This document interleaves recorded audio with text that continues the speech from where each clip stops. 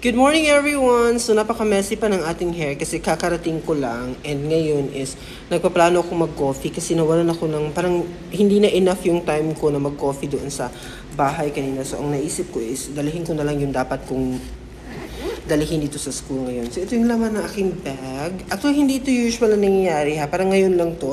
Charan! Ito hinalo ko na po yung coffee at saka milk dito. So yan tutunawin natin ngayon kasi second period pa naman yung klase ko.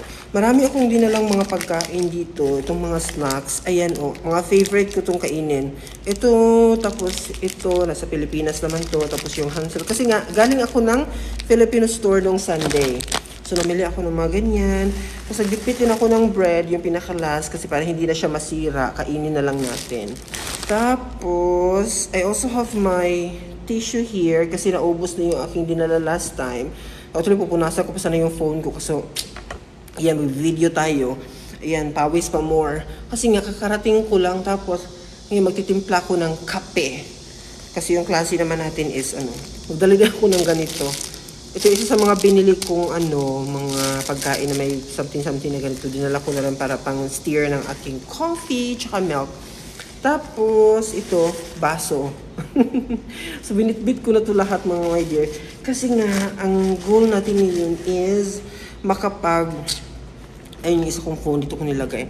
Kasi nga, ang goal natin ngayon is mag-coffee muna tayo while naghihintay ng ating first class. Kasi yung klase ko ngayon is second period talaga siya every Tuesday. So, I still have mga few minutes para magnilay-nilay, Anyway, naglagay ako ng papel dito ko ng choppers kasi hinanda ko na yung aking pambalabal sa katawan. Balabal bang tawag dyan? Basta yung ilalagay ko sa katawan sana na damit extra. So yun, sa kamamadali ko makapunta ng school, hindi ko siya nadala at naiwan ko. Ayan. So yan lang po muna sa morning na ito ng Tuesday. So magko-coffee muna ako. Magtitimpla muna ako ng coffee doon. Ang ending nito, hindi ko pa kasi na-try na mag-coffee, magpalabas ng hot water. Baka hindi na naman ako marunong ngayon dito. Iniisip na naman problema. Tingnan natin kung ano mangyari, kung makaka-coffee ba tayo. So, that would be all for this morning. Pinagpapawisan ako pero laban kasi kailangan natin makapag-coffee. I cannot start my day without coffee talaga. So, I need to.